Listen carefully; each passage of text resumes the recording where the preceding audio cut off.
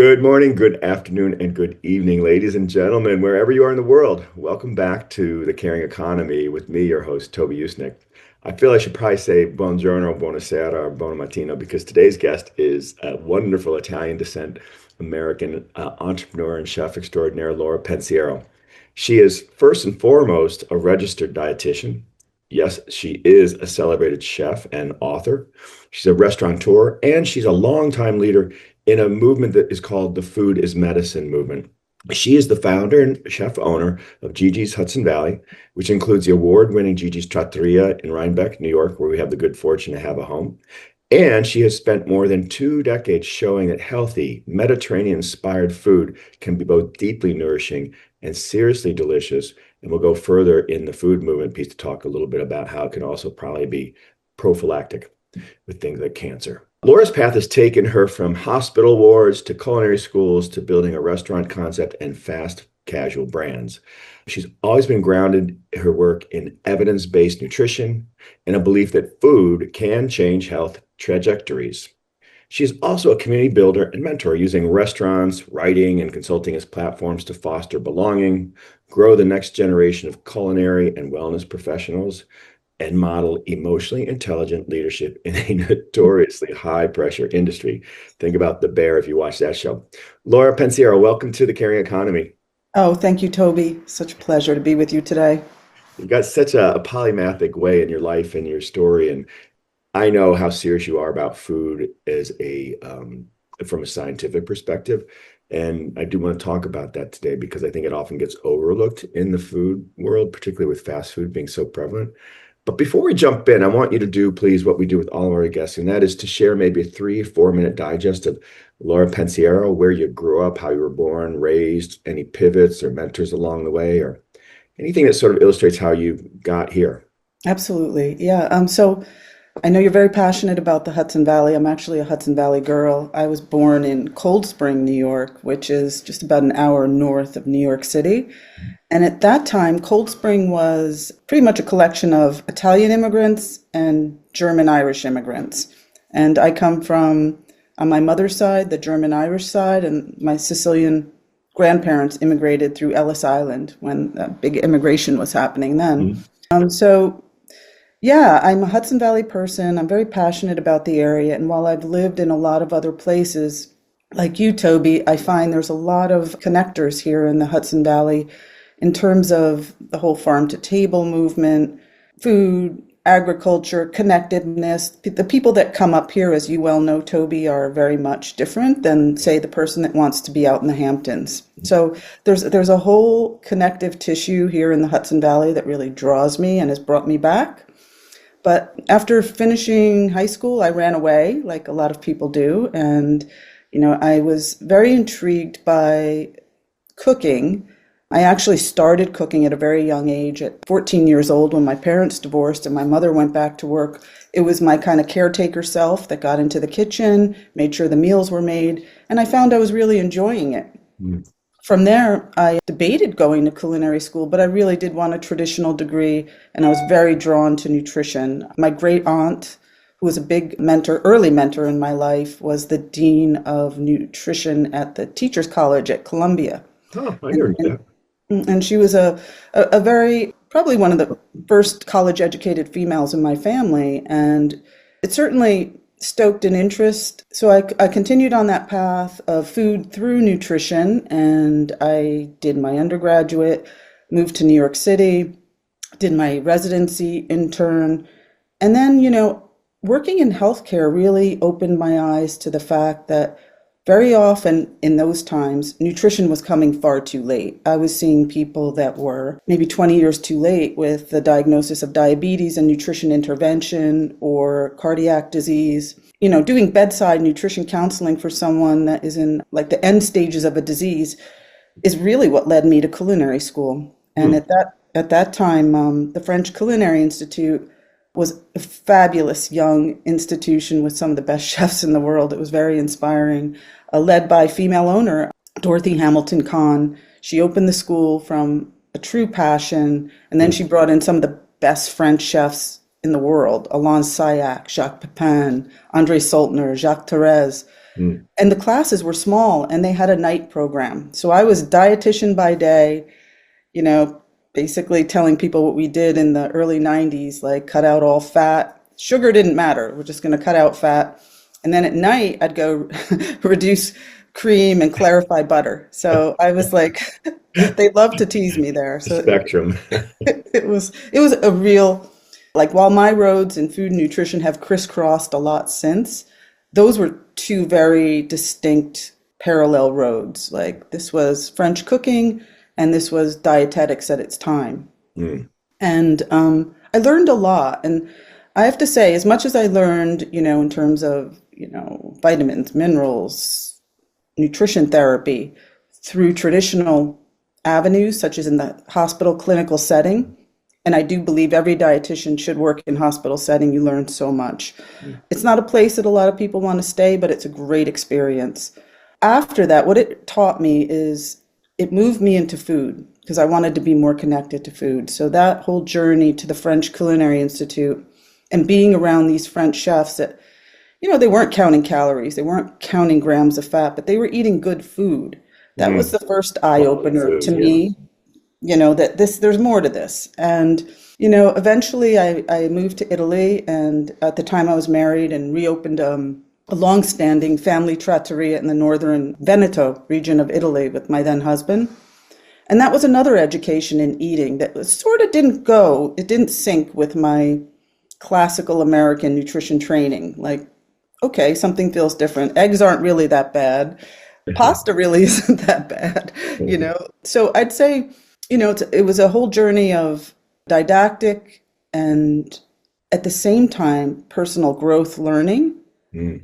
and with great mentors along the way Mm. that led me to like a philosophy of total balance. And, food has to be, an integral part of our life that is happy and joyful, doable, and something that can be integrated for everyone into what their lifestyle is, what their Mm. ethnicity is, and how they live, and what their budget is. And Yeah. that's kind of been my journey ever since.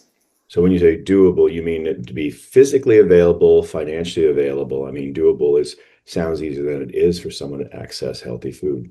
And that's the part of nutrition professionals. And I know, Toby, you're very into AI, as so am I, and all of its potential. But it doesn't eliminate the skill sets that, let's say, you provide as a communications expert, or me Mhm. as a nutritionist, because it really does have to be personalized. Yeah. And in fact, it should make it even more effective for the human practitioner to do what he or she is meant to do. You kind of anticipate my next question. We go back to those nutritionist days and by day and the Culinary Institute by night. I think a big part of your learning process and what influenced you is probably the study, the anthropological aspects of it, interacting with people, whether they're near death or they're, French eccentric, butter obsessed people. Like what I mean, it's kind of in my mind, it's the opposite side of the same coin for food and hospitality. You've got the food itself, the beverages, but then how does it interact with the people? And that's critical to understand what your clients want, right? Or your patients or your employees, right? It is. And, like you, I've always felt deeply tuned in to people and trends. Mhm. And I think that's a big part of, nutrition is a science, but it's also an art. And just like anything else, you need to be very tuned in to and good at listening to what people are really telling you between the lines. I've taken a lot of diet histories in my life, and people tend not to be so honest on diet histories because that we've got all these other variables like Mhm. what they think they should be doing, or shame, or Yeah. whatever else comes into play. So a restaurant is actually very similar to what I would do as a nutritionist. You're really trying to read between the lines on what people are really telling you and what they really want. Mhm. And that's a skill set that like gets developed over time. Like what I didn't learn in New York City as a nutritionist in my earlier career, I learned on the floor of my restaurant, which is how to read situations and people and diplomacy, and understanding, what the real ask is. Yeah. I have on my desk here, I keep this Rubik's Cube because I talk about, you manage, we talk about in multinational settings, the matrix, which is both the vertical, sort of the lines of the business or the geographies of the business, and then the horizontals, like the lines of the business. But what this represents to me, the cube, is across time. So what you're talking about is formidable, but then you're also doing it across time. Like you didn't anticipate COVID, and you were valiant in not only staying afloat, but finding opportunities around that. And so I think one needs to be curious about these things when they come at you. Like, oh, it's a puzzle, right? I got to figure it out. I'm going to hold true to my values. I'm going to keep on doing my food stuff and working And with people, but I'm not going to, play the victim. no, or get too fixed in any one plan because let's just say, and this is like, I think everyone should have a stint at a restaurant sometime Oh, because yeah. on any given day, a piece of the puzzle is going to fall out. And the whole thing is about how you react to it. How do you deal with it? How do you solve the problem? How do you keep the drama low? How do you keep people moving forward? So I used to be much more in my clinical career, which I still love that part of things, but it's much more of a type A type of thing. Like you Hmm. really get into the details, like lab results and how do I, manage this situation with this person to get them to where they need to be. It's similar in a restaurant, but you're much more dependent on people that may not have the same goals as you. Hmm. And so, how do you motivate them? How do you mentor them? How do you keep your plan going forward? And a lot of that for me required dropping the type A because it just Mm. doesn't work. You can't control things in an environment that is so dependent on so many other people and those are the people that work for you. And then you have this thing called guests. And, it's this whole dance, this interplay. And I would say that that's been a huge part of my growth as a Mhm. person, Mm. has been my education in the restaurant world. Yeah, it's like the DJ on the dance floor. I mean, he or she has to anticipate the music, but also how are the individual on the floor going to react and Exactly. how much have they had to drink, basically. So, question for you there. I'm a big believer, as you know, in working in restaurants. I tell everyone I know, the kid, make sure they wait tables, bus tables, but do something in the service industry because they will be more informed about what real service looks like. They'll appreciate it. And they'll also learn to think fast, move on their feet, give eye contact, and even do math, right? So I couldn't be more bullish on that as a good bet to have your kid if you really want them to excel in life, not just, give them a great education. That said, I've watched you through the decades and some other entrepreneurs that we know in the restaurant and hospitality industry. It is an art form as much as a science to get talent, recruit it, retain it, develop it. I have people all the time pulling their hair out now more than ever saying that you can't get good help today. What is your answer to that? How did you crack the code, or any tips for people who need to try to groom reliable talent? It's like everything else, you have to pivot with what the reality is.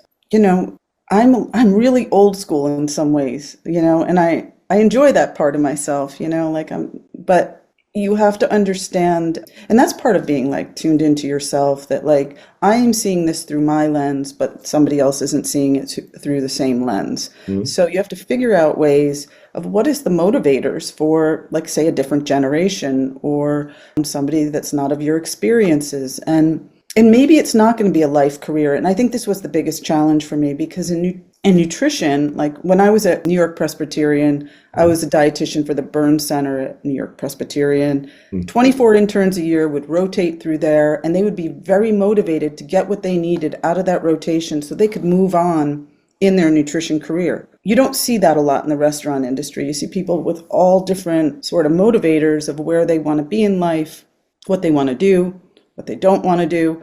And sometimes it's just, an hourly job. So I find that you have to get to know people a little bit more on a personal level in an environment like that so you can figure out how you can get what you need for your business, but at the same time, you're helping them with what their immediate goals are too. So it's a little, I would say it's much more challenging in like a restaurant setting than say in a work environment where somebody is going for a very clear professional goal.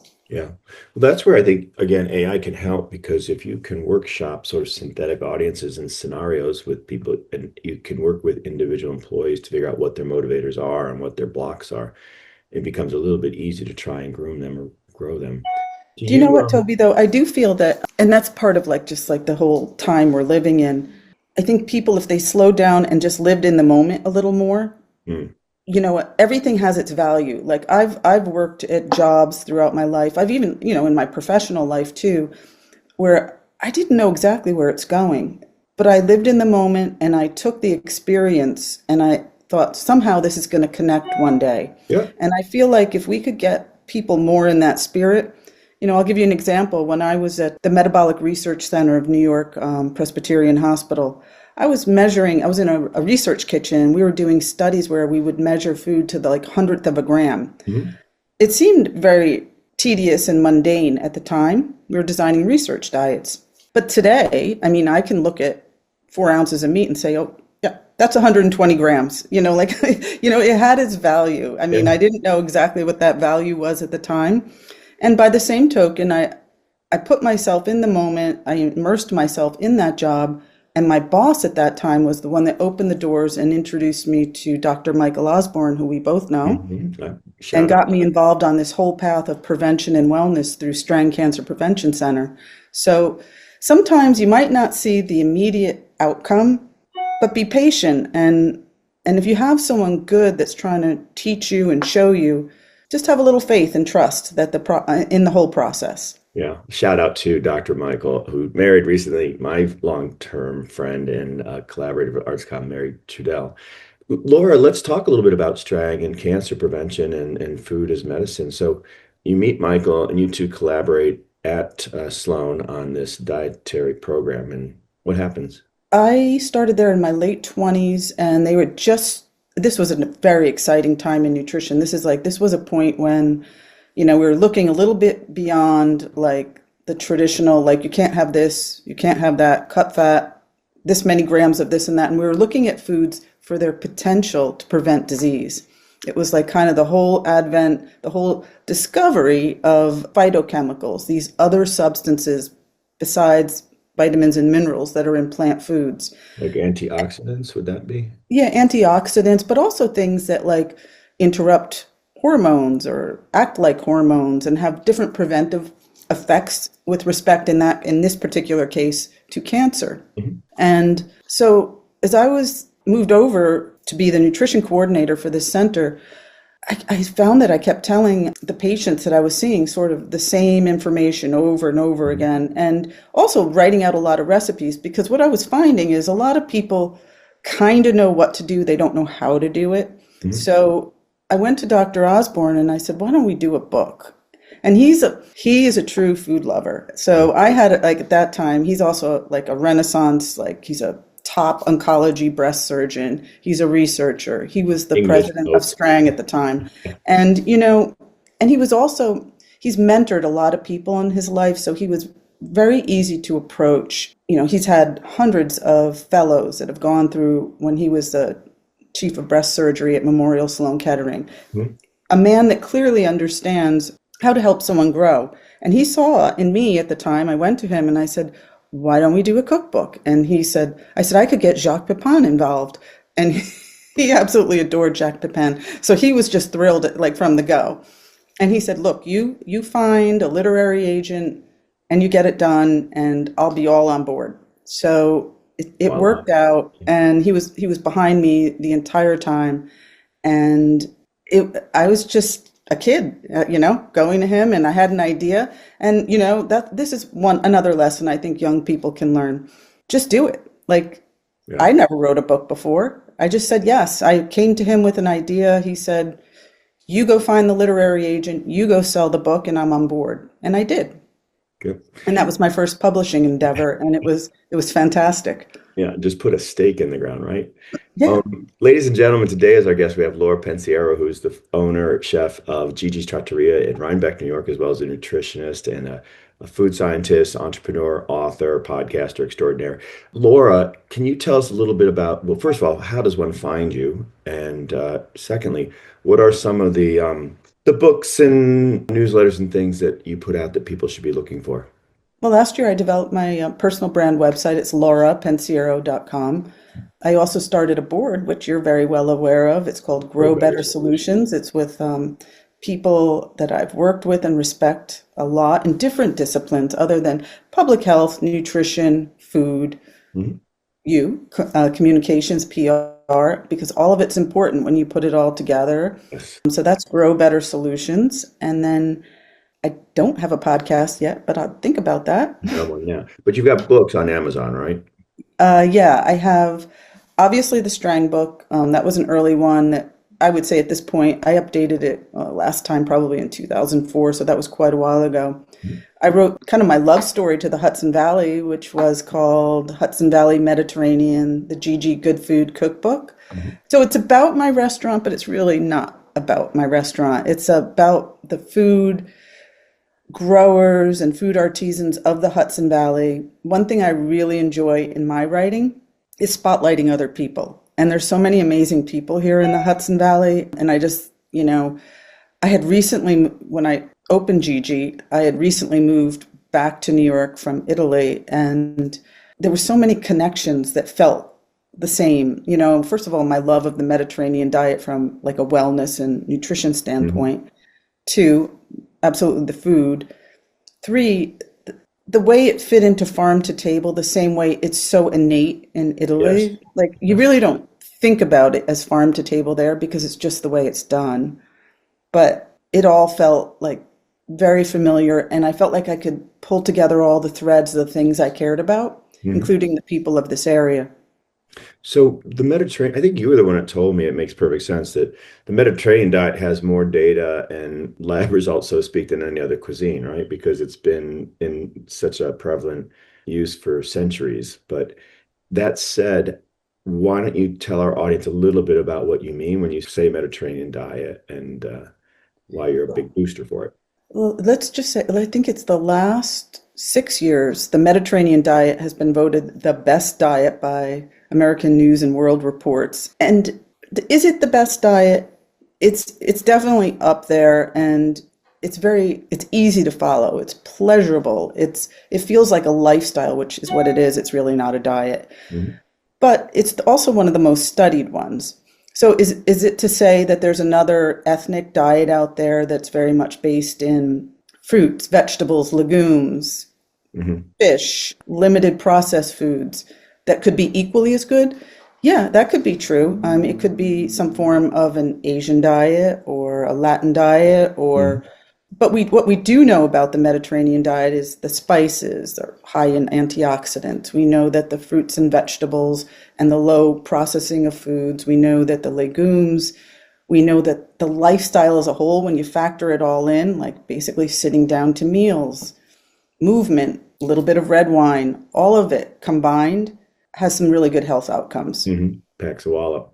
So now let's go to future forward to food technology, basically personalized nutrition. So this is an area of interest to you and a hugely important growing one, even before you add AI. Can you talk about personalized nutrition? What is it? How does one learn about it or engage with it? So personalized nutrition has been around for a really long time. It's basically, there's some basic biomarkers, like when we go to the doctor and we get our lipid panel or something like that, we react to it. Different forms of diet therapy are forms of personalized nutrition. We get our cholesterol is high, we react to it by Mhm. decreasing our saturated fats, Or increasing taking a our pill. fiber, more Sorry. fruits and vegetables. That's all personalized. And I look at it like we're talking now about personalized versus precision nutrition. Personalized nutrition is science, but it's also like the art with the science. Like a nutritionist is gonna come in, take a diet history, help you personalize your diet to the best plan that it can be for you. If you look at precision nutrition, that often involves like wearables. We're reacting to data, Hmm. like our A1C or control, glycemic control, or some people are doing microbiome tests. You have to be careful there. You want to make sure you're going to someone very reputable. And it's still, that's a field that's like emerging, like the whole thing. I believe a lot in gut health, but some of the microbiome tests are overpromising, I would say. But there is a lot to say about like the gut-brain axis and how much a healthy gut can affect your overall health, and Mm. that's not to be dismissed. I just, I think we're in some new territory and with precision nutrition and that which includes AI. But where I see AI kind of tying it all together is we've got information from nutritionists, we've got information like lab tests from doctors, we have personal preferences, we have somebody that may be on a variety of medications. And as a nutritionist, you try and put all of that together. It's possible, but it could be integrated much more quickly through Mm. AI, And you cheaper. know, and it doesn't eliminate the nutritionist. It's just you want to know about every drug nutrient interaction. You want to know about every cofactor in that particular person's life so you can put together the absolute best plan for them. Hmm. And you And then also, even take go it to ahead. groceries, Toby. Like Mhm. there's AI groceries out there now, or prescription groceries, they're calling them, which is part of like a new concept for Medicaid, Medicare, Fascinating. which, I mean, if we're spending $1 trillion a year in chronic diseases related to diet, if we can mitigate that in some way through prevention and AI, it's enormous. Yeah, and find scale with producers and lowering costs. I mean, I think we are just the beginning with the AI inflection point in history, but I'm glad you're throwing yourself into it, as am I. The other thing I'm really happy about is I've seen you're kind of original pioneer up here as a entrepreneur with a restaurant, but there's just so much more coming up now from the city and from abroad. We've had Simone Gibertoni on podcast from Clinique La Prairie. They're opening their first hub outside of, well, in North America here in the Hudson Valley. And I think there's a reason. It's not just because there's a pretty river to look at, right? There are farms, there's scenic beauty, there's a tradition, I think, of appreciation for that aspect of lifestyle. But And what do they you have their relationship with the Culinary Institute of America, which is we're lucky to have right down the road from us. absolutely. And the one thing about Clinique La Prairie that I find, like we were just talking about precision nutrition, they're on the forefront of discovering new biomarkers that are predictors of disease Mm, and prevention of disease. So I think what they're doing is very exciting. Right now, obviously, that hasn't been a form of healthcare that's trickled down to the masses, but what they're discovering is going to provide a lot of potential for the future yeah. of medicine, I believe, or nutrition in medicine. I think so. And again, AI can help scale it, bring down costs, make it more available, more efficient. I'm mindful of the time, Laura. So I have a question for you about myth busting in the kitchens and what we see on The Bear and with Julia Child and everywhere else. And then the last one is pearls of wisdom. So what are some of the myths that you've seen throughout your career around the quote unquote kitchen? I mean, do these TV shows have it right? Are they a little bit ridiculous? We have what now, two food networks, so there's food all the time everywhere. So it's clearly a topic of interest. Besides eating, people like to watch this world. I think anyone with longevity in this industry tries to keep the drama low And because knives it's not so sharp. yeah, well, it's for your own personal health. It's for like the health of your business. I think there's a lot less yelling in restaurant environment than like maybe it's portrayed. I do think one of the most accurate people in terms of documenting what restaurant life is like was Anthony Bourdain. I Mm, think he was amazing. pretty true to form, and I knew him back in the day, and he was telling honest tales. Yeah. And what a loss, so young. Yeah. And then Laura, pearls of wisdom. So, do you find that you have some Sicilian quotes that come out of your mouth regularly, or you think that you sound like your mother when you say things, or you are just like a mantra with your staff saying the same thing over and over again because it's just so damn pragmatic? What are your world or your pearls of wisdom for a purpose-driven life and career? Oh, geez, Toby, can I have a second with I that mean, you one? did say just do it, which I agree with that as well. Uh, do you know what it is? It's an endurance test. You Life know, itself, yeah. and just to be consistent and to show up, to stay positive, to work your way through problems and just keep going and to see opportunities. Like the one thing I think that always I would never be in this industry this long. If I didn't tie nutrition into what I do every day at Gigi, I couldn't be in the restaurant industry this long because the integration of my passions is what keeps it interesting for me. Mm. And for it to be interesting for other people, I still have to be involved and interested. I think we all know when a restaurant has lost its spirit, Mm. and I don't want to end up in that place. So I evolve, I pivot, I try and keep up with the times. I'm really good at reading trends, and I stay in touch with myself about that. Mm. So what's Laura Pensiero's favorite meal when she's home by herself? Oh, it could be anything from like just like a chicken soup with every sort of vegetable thrown into it to, a great simple pasta, four ingredient pasta, Mm. especially during the summer. I garden, you garden, and if you just any ingredient that's at its peak form tends to like express itself a lot differently than the supermarket variety. And shout out to Mother Nature because, gosh, she does provide bounty when you grow a garden. It's astonishing to see it. If you grow Italian parsley at home, you'll never be able to buy it again. Yes. I'm not surprised though. Laura Pensiero, thank you so much. The chef, owner of Gigi's Trattoria, a nutritionist, an author, a friend, a great community leader. Laura Pensiero, thank you so much for joining us on the Caring Economy. Thank you so much, Toby.